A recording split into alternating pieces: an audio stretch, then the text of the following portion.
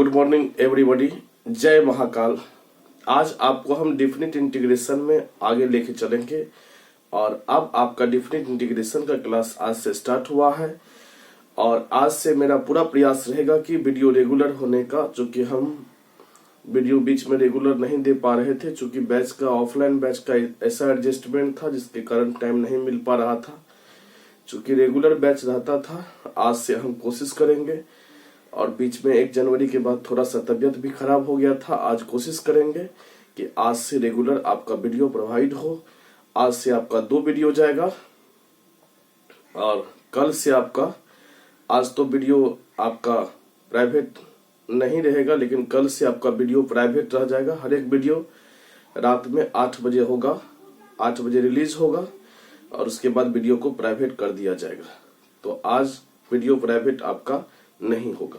आज से आप लोग रेगुलर क्लास कर पाएंगे। 2 वीडियो देंगे, एक प्रॉपर्टीज ऑफ डिफिनिट इंटीग्रेशन और फिर एक प्रोबेबिलिटी का वीडियो देंगे। फिर जब प्रोबेबिलिटी खत्म होगा तो वेक्टर का वीडियो देंगे। डिफिनिट इंटीग्रेशन,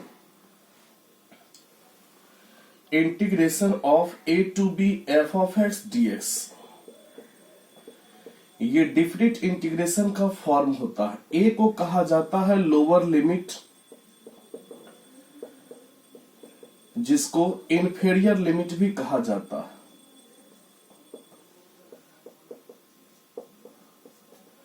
और b को कहा जाता है अपर लिमिट,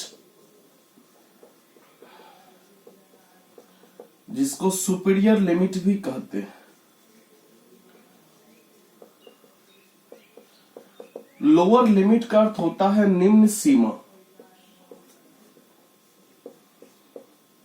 और अपर लिमिट का अर्थ होता है ऊपरी सीमा। आप जानते हैं कि इंटीग्रेशन 2 तरह का होता है। इंटीग्रेशन 2 तरह का होता है। पहला होता है इंडिफिनिट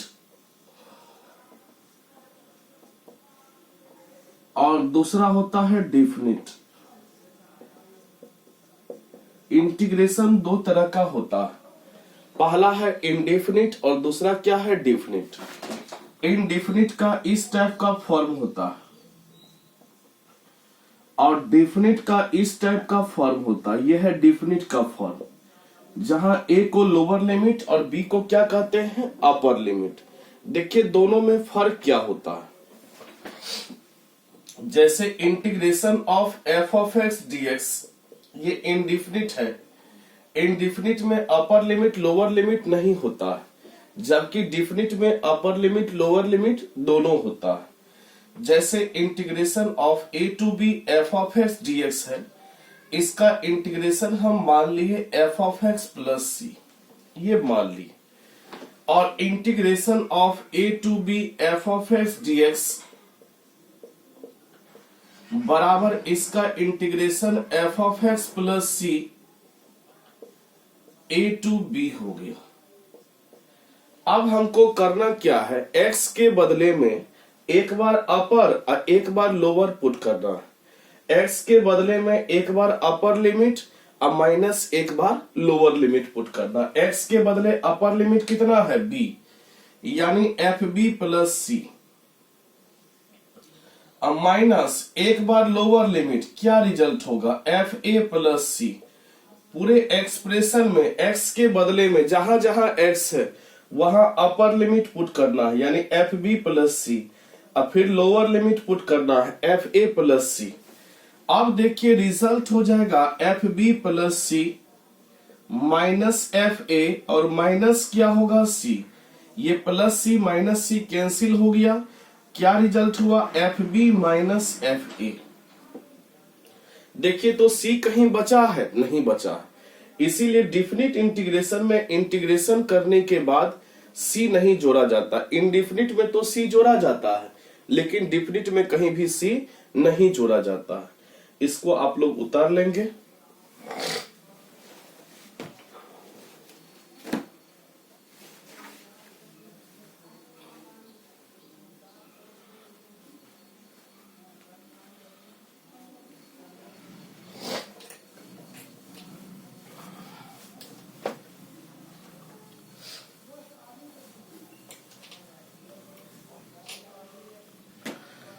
इंटीग्रेशन एग्जाम्पल देखिए, इंटीग्रेशन ऑफ 0 से लेके π/2 cos x dx, 0 से लेके π/2 cos x dx। तो cos x का इंटीग्रेशन आप जानते हैं, क्या जानते हैं? sin x plus c। देखिए 0 से π/2, एक बार पूरे एक्सप्रेशन में अपर लिमिट x के बदले में एक बार लोअर लिमिट पुट करते हैं। अपर लिमिट जब पुट करेंगे तो रिजल्ट हो जाएगा sin π/2 प्लस c पूरे में, और लोअर लिमिट जब पुट करेंगे तो रिजल्ट होगा sin 0 प्लस c। अब देखो sin π/2 जानते हैं 1 प्लस c और 0 प्लस c हो जाएगा। अब देखिए रिजल्ट हो जाएगा 1 plus c minus 0 minus c, ये भी कैंसिल हो जाएगा। क्या रिजल्ट हुआ? 1 रिजल्ट आ गया। और अगर आप ऐसे सिर्फ दीजिएगा integration of cos x dx, तो रिजल्ट क्या होगा? sin x प्लस c, ऐसे हो जाएगा। लेकिन अपर लिमिट लोअर लिमिट लगाने के बाद वैल्यू चेंज हो जाता है, क्योंकि एक बार x के बदले अपर और एक बार लोअर, यानी डिफिनिट में c कहीं लगा रहा नहीं, c नहीं जुड़ता है, लेकिन इनडिफिनिट में क्या जुड़ता है? c जुड़ता है।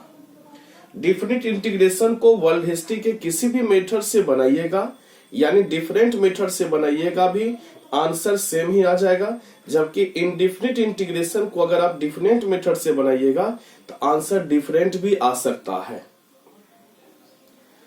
जैसे देखिए कोई आपको पूछेगा 1 से लेके 2 तक x³ dx, ये डिफिनिट इंटीग्रेशन है। अब x³ का इंटीग्रेशन आप जानते हैं x4/4 है, 1 से लेके कहां तक? 2 तक। एक बार अपर पुट कीजिएगा, एक बार लोअर। x के बदले में अपर लिमिट 2 पर पावर 4/4, लोअर लिमिट 1 पे पावर 4/4। इसको लिखेंगे 16 में। देखिए दोनों का डिनोमिनेटर सेम है, 16 माइनस 1, रिजल्ट हो जाएगा 15/4। देखिए आराम से आपका रिजल्ट निकल गया। और अगर यही इंडिफिनिट इंटीग्रेशन रहता 1 से लेके 2 तक, 1 से लेके 2 तक x³ dx इंडिफिनिट रहता, इसमें अपर लिमिट लोअर लिमिट नहीं होता है, रिजल्ट होगा x4/4 प्लस c। देखिए आराम से हम लोग का रिजल्ट आ गया। इसका भी आप लोग स्क्रीनशॉट ले लें।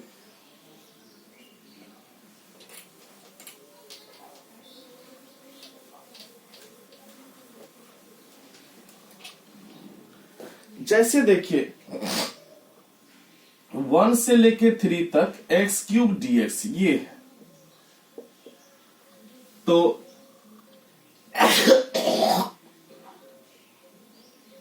x³ का इंटीग्रेशन हो जाएगा x4/4। आप जानते हैं, देखिए 1 2 3, इसको x के बदले में एक बार 3 पुट करेंगे, 3 पुट कीजिए, यानी 3 पे पावर 4/4, 1 पुट कीजिएगा, 1 पे पावर 4/4, 3 पे पावर 4, 81/4 माइनस 1/4 हो जाएगा, यानी 80/4 हो जाएगा। रिजल्ट 20 हो जाएगा। देखिए रिजल्ट आ गया। एक मेथड ये है। और अगर यही इंडिफिनिट इंटीग्रेशन रहता, integration of x³ dx indefinite रहता, जिसमें अपर लिमिट लोअर लिमिट नहीं है, तब इसका आंसर होता x4/4 और प्लस क्या होगा? c। यानी डिफिनिट में इंटीग्रेशन करने के बाद एक बार अपर और माइनस एक बार लोअर लिमिट पुट करते हैं।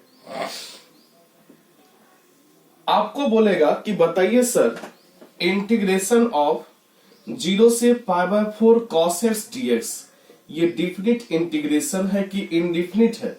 इसमें अपर लिमिट लोअर लिमिट दोनों है, यानी ये डिफिनिट इंटीग्रेशन है। तो बताओ cos x का इंटीग्रेशन क्या होगा? बताओ sin x, क्योंकि डिफिनिट है तो c नहीं जुटेगा। एक बार अपर एक बार क्या पुट करेंगे? लोअर, यानी sin π/4 अब माइनस क्या होगा? sin 0। sin 45 का मान 1/√2, sin 0 का 0, यानी इसका जवाब हो गया 1/√2। क्या जवाब हो गया? 1/√2। आराम से हम लोग मान निकाल दिए। अब जैसे देखिए इंटीग्रेशन ऑफ सिर्फ दे देता cos x dx, तो रिजल्ट हो जाता sin x प्लस सी इंडेफिनिट में।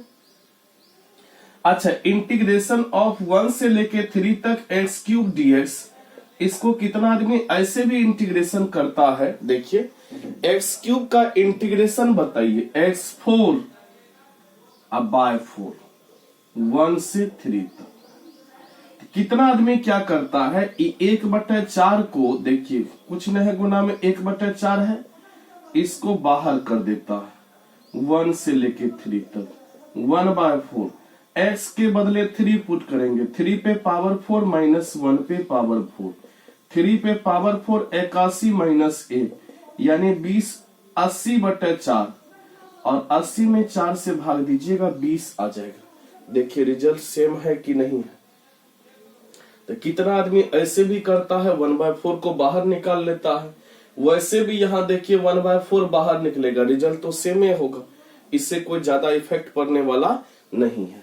जैसे कोई पूछता है कि 1 से लेके 2 तक x to the power 5 dx, x to the power 5 का क्या होगा, x to the power 6/6, direct यही बाहर कर लेता है 1/6, x के बदले 2 पे पावर 6 माइनस 1 पे पावर 6, आराम से कैलकुलेशन कर लेता है। ये तो डायरेक्ट आप लोग इंटीग्रेशन में ट्रांसफॉर्मेशन पढ़ रहे हैं, ट्रांसफॉर्मेशन डिफरेंट इंटीग्रेशन में पढ़ रहे हैं, जिसको हम लोग डायरेक्ट सॉल्व करते हैं। इसको उतार लीजिए।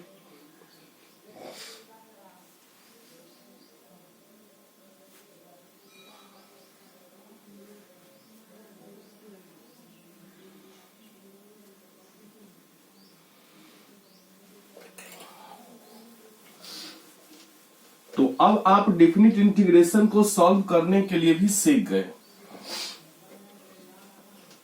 अब देखिए डेफिनिट इंटीग्रेशन में ये ट्रांसफॉर्मेशन का था, जब सब्स्टिट्यूशन वाला प्रॉब्लम आएगा, जैसे 0 से लेके π/4 tan इनवर्स x, जैसे देखिए 0 से लेके 1 तक tan इनवर्स x बटा 1 प्लस x² dx। अब सब्स्टिट्यूशन वाला प्रॉब्लम बताते हैं। देखिए यहां डिफरेंशिएशन का रिलेशन है, tan इनवर्स x का डिफरेंशिएशन है 1/1 plus x², tan inverse x का हम मान लेंगे z बराबर tan इनवर्स x, ये मान लेंगे।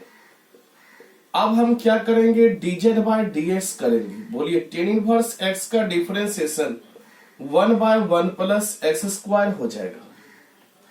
अब हम लोग dz का मान निकालेंगे। बोलिए dz बराबर क्या होगा, 1/1 प्लस x² इंटू dx। ये dz का मान भी निकल गया। अब सवाल को z dz में सजाओ। देखिए आराम से सजाएंगे। देखिए 0 हो गया, 1 हो गया, 1/1 प्लस x² dx। ध्यान दीजिएगा 1/1 प्लस x² dx के बदले में dz और tan इनवर्स x के बदले में क्या पुट करेंगे, z। अब बताओ z का इंटीग्रेशन बताइए, z²/2, 0 से लेके कहां तक, 1 तक। हम ऐसा कर सकते हैं 1/2 z², 0 से लेके कहां तक, 1 तक। z का मान कितना है ये बताइए, tan इनवर्स x, इसका होल स्क्वायर 0 से लेके 1 तक। एक बार tan इनवर्स 1 का स्क्वायर माइनस tan इनवर्स 0 का स्क्वायर, और tan इनवर्स 1 का मान तो आप लोग जानते हैं कि tan इनवर्स 1 और 1 को tan π/4 लिखा जाता है, tan 45 का मान 1, रिजल्ट π/4 हो जाएगा। और tan इनवर्स 0 का मान 0, 1/2 π/4 का स्क्वायर माइनस 0 का स्क्वायर, यानी π²/16 गुना कितना होगा, 32, π²/32 हो गया। अब देखिए इसी को दूसरा मेथड से हम बनाएंगे। इंटीग्रेशन ऑफ 0 से लेके 1 तक tan inverse x by 1 plus x² dx। Second method से बनाते हैं। सेकेंड मेथड से केवल हम सब्स्टिट्यूशन वाला प्रॉब्लम को ही बना सकते हैं। ये भी सब्स्टिट्यूशन वाला ही प्रॉब्लम है। हम मान लेंगे z बराबर tan इनवर्स x अब देखो dz बाय dx बराबर टेन इनवर्स x का डिफरेंशिएशन 1/1 प्लस एक्स स्क्वायर होता है। हम लोग dz का मान निकालेंगे, क्या रिजल्ट होगा 1/1 plus x square into dx। अब देखिए क्या करना है, z बराबर टेन इनवर्स x है, हम पुट करेंगे x बराबर अपर लिमिट, x के बदले अपर। अब देखिए z बराबर टेन इनवर्स x के बदले अपर 1 पुट करेंगे, 1 के बदले में 10 π/4 लिखा जाता है और टेन इनवर्स 10 कटेगा π/4 हो जाएगा, आराम से निकाल दिए। अब देखिए z बराबर आपका टेन इनवर्स x है, लिखेंगे पुट x बराबर लोअर, x के बदले लोअर लिमिट, z बराबर टेन इनवर्स और लोअर लिमिट 0 है, इसका मान क्या होगा 0। यहां तक हम लोग निकाल दिए।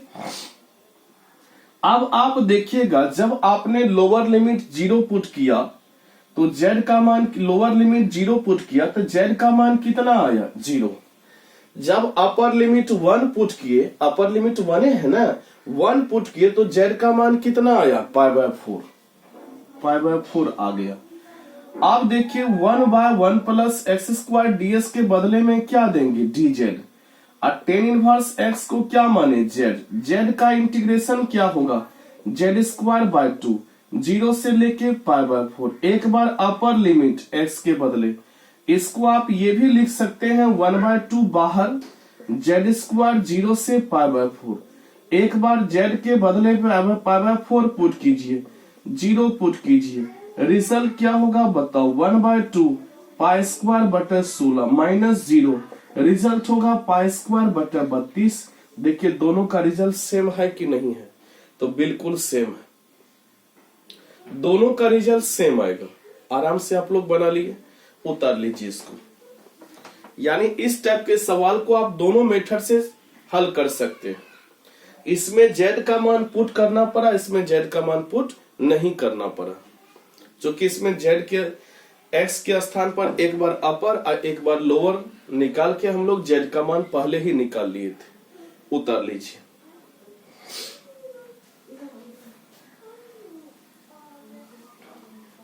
तो जो ट्रांसफॉर्मेशन वाला है उसमें डायरेक्ट इंटीग्रेशन करके upper limit lower limit put कर देंगे, और जो सबस्टिट्यूशन वाला है उसको सबस्टिट्यूशन मेथड से बनाएंगे। ऐसे आप लोग इंडेफिनिट में भी बनाते थे, लेकिन लास्ट में सिर्फ क्या करते थे, upper limit lower limit put नहीं करते थे। यहाँ upper limit lower limit put करेंगे, और इस मेथड से आपको अभी हम सिखाए बनाने के लिए। उतार लीजिए।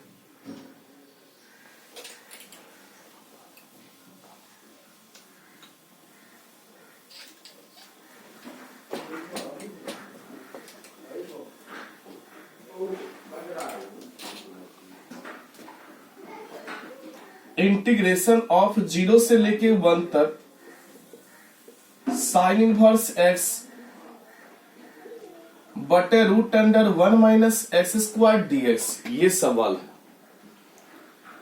इस सवाल को हमको बनाना है। देखिए डिफिनिट इंटीग्रेशन है कि इनडिफिनिट है, डिफिनिट है। और देखिए डिफरेंशिएशन का रिलेशन है, साइन इनवर्स x का डिफरेंशिएशन होता है 1/√1 माइनस x²। डिफरेंशिएशन का रिलेशन है, आप जानते हैं। इसके बाद क्या करेंगे, z बराबर क्या मानेंगे, साइन इनवर्स x, यानी साइन इनवर्स x को हम z मान लेंगे। ठीक है। अब देखिए dz बाय ds करेंगे, dz by ds, sine inverse x का डिफरेंशिएशन 1/√1 माइनस x² होता है। अब dz का मान निकालेंगे 1/√1 माइनस x² इंटू क्या होगा dx। dz का मान निकाल दिए। अब देखो z बराबर साइन इनवर्स x है, ध्यान देना थोड़ा सा। अब देखिए 0 1, अब देखिए 1/√1 माइनस x² ds के बदले में dz और साइन इनवर्स x के बदले में z। अब रिजल्ट होगा z²/2, 0 से लेके कहां तक 1 तक, 1/2 बाहर, z², 0 से 1 तक, 1/2 z किसका मान है, साइन इनवर्स x, यानी एक बार साइन इनवर्स x का स्क्वायर 0 से लेके कहां तक 1 तक। एक बार अपर लिमिट x के बदले साइन इनवर्स 1 का स्क्वायर माइनस साइन इनवर्स 0 का स्क्वायर। अब देखो रिजल्ट हो जाएगा साइन इनवर्स 1 का तो मान आप लोग जानते हैं कि 1 के बदले में साइन 90 लिखा जाता है। रिजल्ट क्या होगा 90 हो जाएगा। अब देखो 1/2 साइन इनवर्स 1 का मान 90 यानी π/2 का स्क्वायर। 90 मतलब क्या होगा π/2 का स्क्वायर और साइन इनवर्स 0 0 होता है। रिजल्ट हो जाएगा आपका 1/2 इंटू पाई स्क्वायर बटे 4 माइनस 0 यानी पाई स्क्वायर बटे 4 दूना कितना होगा 8। यही रिजल्ट हो गया। अब देखो इसको आप सेकेंड मेथड से कैसे बनाते हैं। सेकेंड मेथड से 0 से लेके 1 तक साइन इनवर्स x बटे root under 1 minus x square dx ये सवाल है। अब देखो डिफरेंशिएशन का रिलेशन है। साइन इनवर्स x का डिफरेंशिएशन होता है 1 by root under 1 minus x square. हम क्या करेंगे मानेंगे z बराबर साइन इनवर्स x यहां के बाद dz बाय ds करना है। साइन इनवर्स x का बताइए 1 by root under 1 minus x square. Clear है। dz का मान निकालना है। dz बराबर क्या होगा 1 by root under 1 minus x square into क्या होगा dx। ठीक है। अब देखो सवाल को z dz में सजाना है। देखो एक काम सेकेंड मेथड से ये करेंगे कि z बराबर जैसे साइन इनवर्स x है पुट x बराबर अपर पुट करेंगे। अपर कितना है 1 तो z बराबर हो जाएगा साइन इनवर्स 1। अब साइन इनवर्स 1 के बदले में साइन 90 लिखेंगे और साइन इनवर्स साइन 90 क्या होगा 90 यानी π/2 हो जाएगा। यहां पुट कर दिए। फिर देखिए z बराबर साइन इनवर्स x है पुट x बराबर लोअर x के बदले लोअर पुट करेंगे। लोअर कितना है 0। z बराबर साइन इनवर्स 0 साइन इनवर्स 0 का मान 0। अब देखिए जब लोअर लिमिट 0 है लोअर लिमिट क्या है 0 तो z का मान 0। जब अपर लिमिट 1 है तो z का मान π/2 1 के बदले π/2 1 by root under 1 minus x square ds dz हो जाएगा। साइन इनवर्स x के बदले z और z का इंटीग्रेशन क्या होगा z स्क्वायर बाय 2 0 से π/2। अब देखो z के बदले π/2 पुट करो π/2 का स्क्वायर माइनस 0 का स्क्वायर। रिजल्ट होगा पाई स्क्वायर बटे 2 का स्क्वायर 4 4 दूना 8 हो जाएगा। इसमें z का मान साइन इनवर्स x पुट नहीं करते हैं। इसमें z का मान साइन इनवर्स x पुट करते हैं। इसमें x बराबर अपर लिमिट लेके z का मान निकालते हैं। x बराबर लोअर लिमिट करके z का मान निकालते हैं। इसमें ऐसा नहीं करते हैं लेकिन दोनों मेथड से आंसर सेम आएगा। तो सब्स्टिट्यूशन वाले प्रॉब्लम को इस तरह से हम लोग सॉल्व करेंगे। ट्रांसफॉर्मेशन वाले प्रॉब्लम को आपको पीछे सॉल्व करने के लिए बताया गया है। इसको आप लोग उतार लीजिए।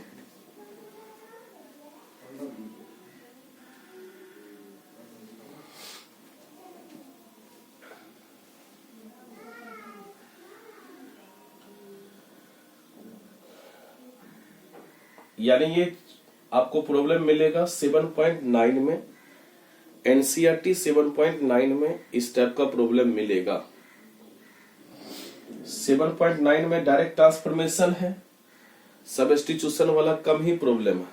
फिर 7.10 में सब्स्टिट्यूशन वाला प्रॉब्लम है।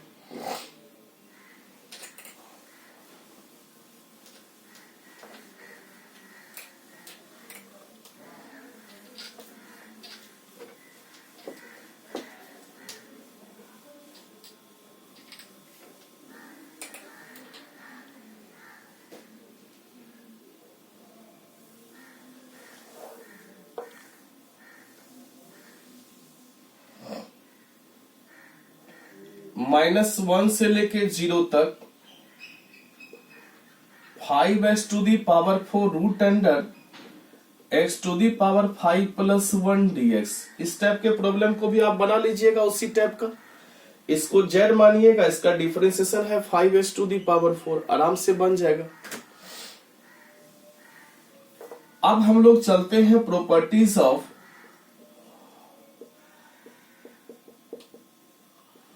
Definite integration. डेफिनिट इंटीग्रेशन का प्रॉपर्टीज में चलते हैं। पहला प्रॉपर्टीज है डेफिनिट इंटीग्रेशन का, integration of a to B F of x dx बराबर integration of a to B F of z dz। Integration of a to B F of x dx बराबर integration of a to B F of z dz। ये verify करके दिखाना है, ध्यान दीजिएगा। इसका integration मान लिए कि small F of x, a to b c तो जुड़ता नहीं है, इसका small F of z a to b. एक बार x के बदले में इधर अपर और एक बार लोअर। x के बदले में अपर लिमिट पुट कीजिए, F B minus F A हो गया।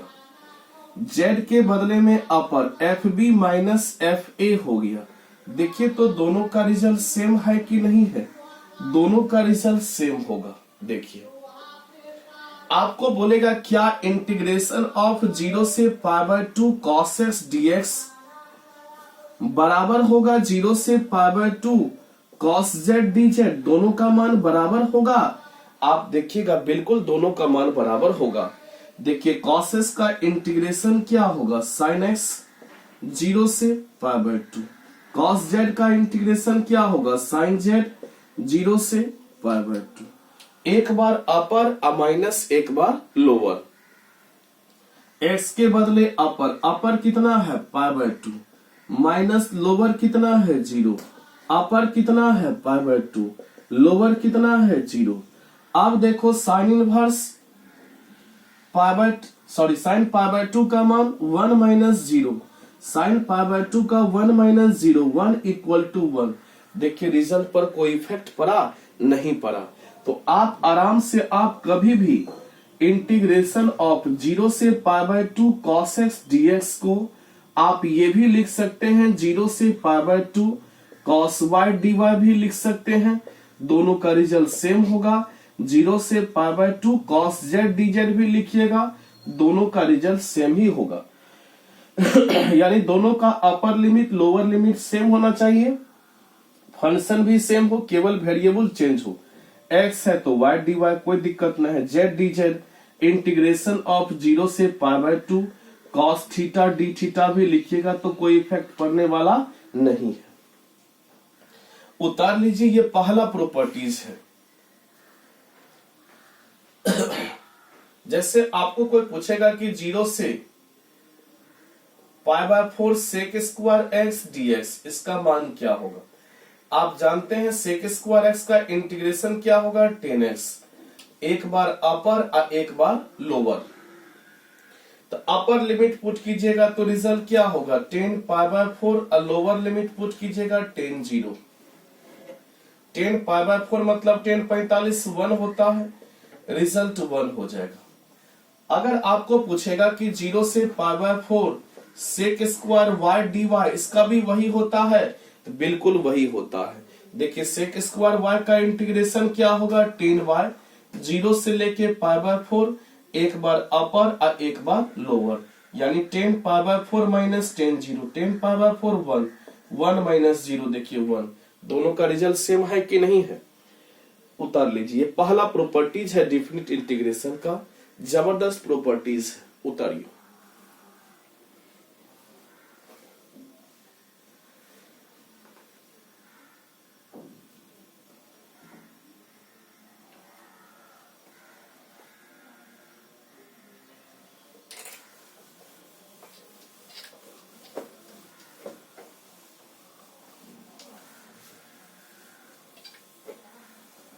इसी का दूसरा प्रॉपर्टीज है, property second, integration of a to B F of X D X बराबर minus b to a F of X D X. यानी जब अपर लिमिट के स्थान पे लोअर और लोअर के स्थान पर अपर डाला जाता है तो साइन चेंज हो जाता है। अगर पॉजिटिव है तो क्या होगा, निगेटिव। हम लोग अपर लिमिट और लोअर लिमिट को इंटरचेंजिंग कर दिए, अपर के स्थान पर लोअर और लोअर के स्थान पर अपर। ऐसा करने से साइन चेंज हो जाता, अगर यहाँ पॉजिटिव तो यहाँ निगेटिव, अगर यहाँ निगेटिव रहता तो यहाँ पॉजिटिव। ये वेरीफाई करके दिखाना है। इसका इंटीग्रेशन हम मान लिए small F of X A to B, इसका भी इंटीग्रेशन मान लिए small F of X B to A. एक बार अपर और एक बार लोअर लिमिट पुट करेंगे, एक्स के बदले अपर, रिजल्ट होगा F B minus F A बराबर minus F A minus F B. अब रिजल्ट आ गया F B minus F A बराबर minus F A plus F B. अब देखो रिजल्ट आ गया F B minus F A बराबर F B minus F A. देखिए दोनों का रिजल्ट सेम है कि नहीं, देखिए दोनों का रिजल्ट क्या है, सेम। यानी आप कभी भी अपर के स्थान पे लोअर और लोअर के स्थान पर अपर डालिएगा तो साइन क्या हो जाएगा, चेंज हो जाएगा। जैसे देखिए इंटीग्रेशन ऑफ 0 से pi by 2 cos x dx बराबर आप क्या लिख सकते हैं, माइनस अपर के बदले में क्या दीजिएगा, लोअर, और लोअर के बदले क्या दीजिएगा, अपर, cos x dx। देखिए दोनों का रिजल्ट, अब दोनों का जो रिजल्ट निकालेंगे सेम ही होगा। बताइए cos x का इंटीग्रेशन क्या होगा, sin x 0 to pi by 2, cos s का इंटीग्रेशन क्या होगा, sin x पाई बाय 2 से 0। एक बार अपर, रिजल्ट होगा sin pi by 2 minus sin 0, minus एक बार अपर sin 0 minus sin pi by 2, sin 91, sin 0 0, sin 0 0, sin 91 1 बराबर क्या होगा, 1। देखिए दोनों का रिजल्ट सेम है कि नहीं। यानी जब अपर के स्थान पर लोअर और लोअर के स्थान पर अपर तो दोनों का साइन क्या होता है, चेंज। आप ये भी लिख सकते हैं 0 से लेके pi by 4 sec square x dx बराबर माइनस पाई बाय 4 से लेके 0 तक sec square theta d theta. उससे कोई इफेक्ट नहीं पड़ेगा। देखिएगा सेक स्क्वायर एक्स का इंटीग्रेशन क्या होगा, 10x 0 से पाई बाय 4 बराबर सेक स्क्वायर थीटा का 10 थीटा, अब 0 से लेके कहां तक, पाई बाय 4। आप देखिए एक बार अपर 10 पाई बाय 4 माइनस 10 0 बराबर माइनस एक बार अपर यानी सेक स्क्वायर थीटा का 10 थीटा यानी 10 पाई बाय 4 माइनस 10 0। आप देखिएगा 10 पाई by 4 1 minus 0, 10 pi by 4 1 minus 0, 1 बराबर 1। आप बोलिएगा थीटा डी थीटा कैसे लिख दिए, तो फर्स्ट प्रॉपर्टीज से कोई इफेक्ट नहीं पड़ता। यानी जब अपर के स्थान पे लोअर और लोअर के स्थान पर अपर डाला जाता है तो साइन क्या होता है, चेंज। अगर पॉजिटिव है तो नेगेटिव और नेगेटिव है तो पॉजिटिव। आप बेहिचक 0 से लेके pi by 4 sine x dx बराबर आप ये भी लिख सकते हैं माइनस पाई बाय 4 से लेके 0 तक साइन एक्स डीएक्स या साइन थीटा डी थीटा, दोनों का रिजल्ट सेम होगा। तो दो प्रॉपर्टीज आपको आज हम पढ़ा दिए और कल के लेक्चर में हम तीसरा प्रॉपर्टीज भी सिखाएंगे, चौथा प्रॉपर्टीज, और परसों तक में आपका हम डिफिनिट इंटीग्रेशन का प्रॉपर्टीज खत्म कर देंगे। और आज आपको एक लेक्चर और प्रोबेबिलिटी का भी लेक्चर मिलेगा। प्रोबेबिलिटी का भी आज से हम क्लास लेंगे और उसका भी लेक्चर मिलेगा। लगभग 8 दिन में प्रोबेबिलिटी खत्म हो जाएगा, फिर हम लोग का वेक्टर स्टार्ट हो जाएगा और इस मंथ के लास्ट तक हम लोग सिलेबस निश्चित रूप से कंप्लीट कर लेंगे। आपसे केवल यही निवेदन है कि ग्रुप में हम बोर्ड लेवल टेस्ट का क्वेश्चन छोड़ेंगे, उस क्वेश्चन को जरूर बना लेंगे। चूंकि बोर्ड लेवल टेस्ट के क्वेश्चन से आप देखे हैं क्वेश्चन आता है, जरूर बना लेंगे आप लोग। जहां दिक्कत होगा हमको मैसेज करेंगे कि ये दिक्कत हम बता दें। ठीक है, आज के लिए इतना ही। Thank you. जय महाकाल।